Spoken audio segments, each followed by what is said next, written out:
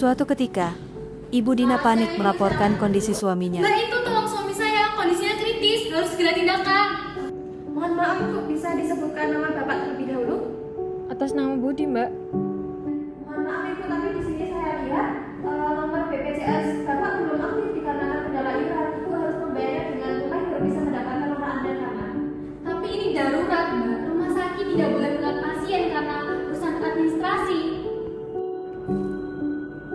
Baik Ibu, mohon tenang terlebih dahulu. Kami ada cara cepat untuk dapat memverifikasi administrasi Bapak, tetapi dengan syarat Ibu harus membayar uang muka sebesar 2 juta terlebih dahulu agar dapat melalui proses administrasi tanpa verifikasi. Tanpa berpikir panjang, Ibu Dina mensetujui tawaran dari Sarah agar suaminya bisa terselamatkan. Mau dibantu ya, Mbak?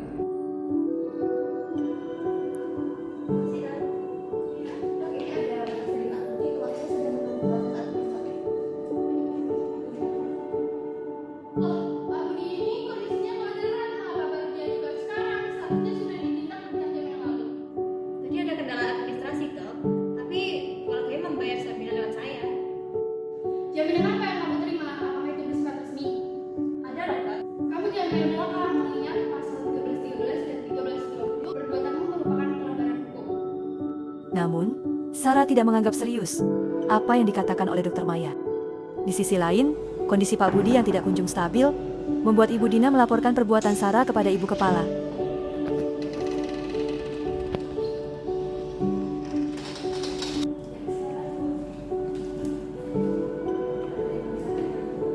Selamat pagi, Bu. Mohon maaf, saya izin untuk menyampaikan terkait yang suami saya alami. Memang benar suami saya selamat, tetapi kondisinya sekarang itu tidak stabil karena ditangani. Saya juga merasa ditipu karena Mbak Syara bilang itu ada biaya tambahan, padahal yang saya dengar tidak ada biaya tambahan terkait untuk pasien gawat darurat. Mohon maaf Ibu sebelumnya. Perbuatan Sarah adalah perbuatan yang melanggar hukum dan menyalahgunakan wewenang. Dan menurut pasal 1365 KUH Perdata yang menyatakan bahwa setiap orang yang melanggar hukum dan membawa kerugian bagi orang lain, maka pelaku tersebut harus membayar semua kerugian tersebut. Terima kasih atas aduan tersebut. Akan segera kami tindak lanjuti. Baik, terima kasih, Bu.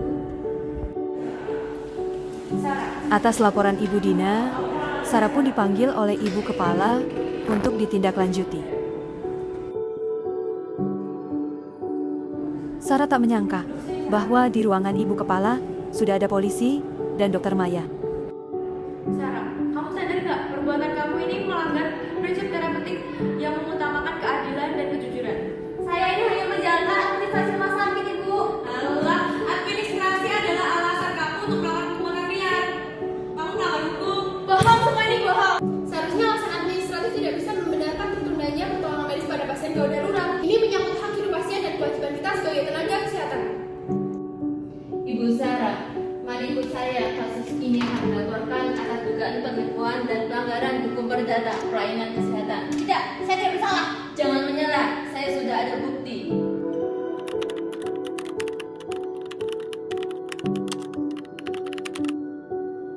Hubungan antara tenaga kesehatan dan pasien merupakan perikatan yang berlandaskan pada upaya terbaik sesuai dengan standar profesi. Setiap pasien berhak atas informasi dan pelayanan yang baik tanpa hambatan administrasi yang tidak patut. Junjung integritas, berikan pelayanan kesehatan, berbudaya dan taat tadi sudah kelihatan jelas kan kalau korupsi di bagian administrasi kesehatan itu memiliki efek yang sangat buruk. Tapi supaya kita bisa mendapatkan sudut pandang yang jelas dan nyata, di sebelah saya sudah bersama dengan Ibu tenaga kesehatan medis yang telah terjun langsung di lapangan kerja khususnya di rumah sakit.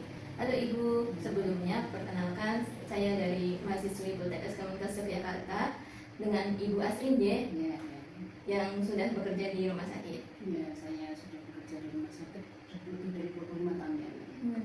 Baik Ibu, saya memiliki beberapa pertanyaan. Silakan. Pertanyaannya, kalau melihat dari kacamata praktis ini, sebenarnya bagaimana sih seharusnya seorang tenaga medis itu menjalankan tugas dan tanggung jawab profesinya?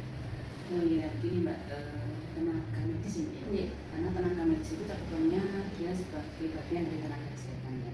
Tenaga medis, terutama saya sebagai seorang perawat itu ada Mbak, prinsip etik keperawatan ya.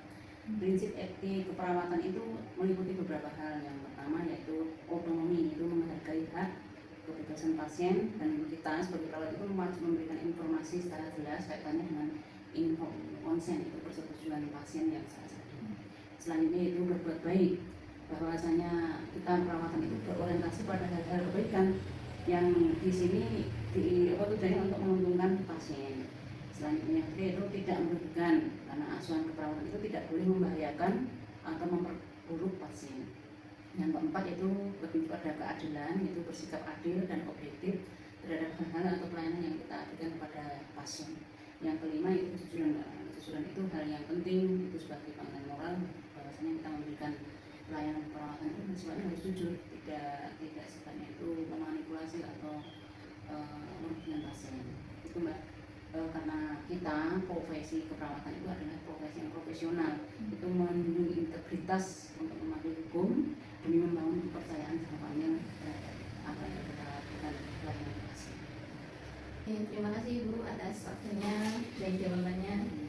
Kaitannya dengan tadi ya, untuk pasien atau merugikan pasien ya, termasuk korupsi ya Mbak ya. Iya. Karena sebenarnya keperawatan tenaga medis itu memiliki kode etik atau aturan-aturan yang sifatnya itu punya tujuan utamanya yang beberapa hal ya.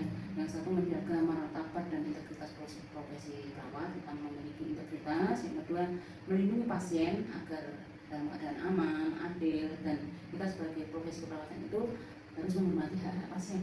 Yang ketiga mengarahkan tindakan keperawatan, bahwa tindakan keperawatan itu ada semacam standarnya Mbak. Kita itu terarah dalam memberikan pelayanan ke pasien, tidak asal ya, tidak asal-asalan. Kita itu profesional ya dalam memberikan pelayanan ke pasien. Kita sangat mengutamakan untuk meningkatkan profesionalisme. Kalau misalnya ada sesuatu hal yang sifatnya itu merugikan pasien, mungkin dalam secara umum itu korupsi ya Mbak ya, korupsi dalam bentuk apapun ya, karena mungkin dalam bentuk pelayanan bentuk yang lainnya itu kita memiliki kode etik Mbak. Jadi kalau misalnya itu dilanggar, kode etik itu dilanggar, itu akan ada sanksi kode etik ataupun mungkin akan meningkat ke ranah hukum. Jadi profesionalisme itu kita junjung tinggi agar memberikan pelayanan yang baik kepada pasien, dan itu akan memberikan kepercayaan yang jangka panjang nantinya. Terima kasih Bu atas jawaban dan terima kasih sudah meluangkan waktu untuk diwawancara ini. Itu ya Mbak ya, semoga bermanfaat dan kita tetap memberikan sebagai tenaga kesehatan, kita memberikan pelayanan yang baik untuk pasien-pasien atau untuk masyarakat. Terima kasih Bu.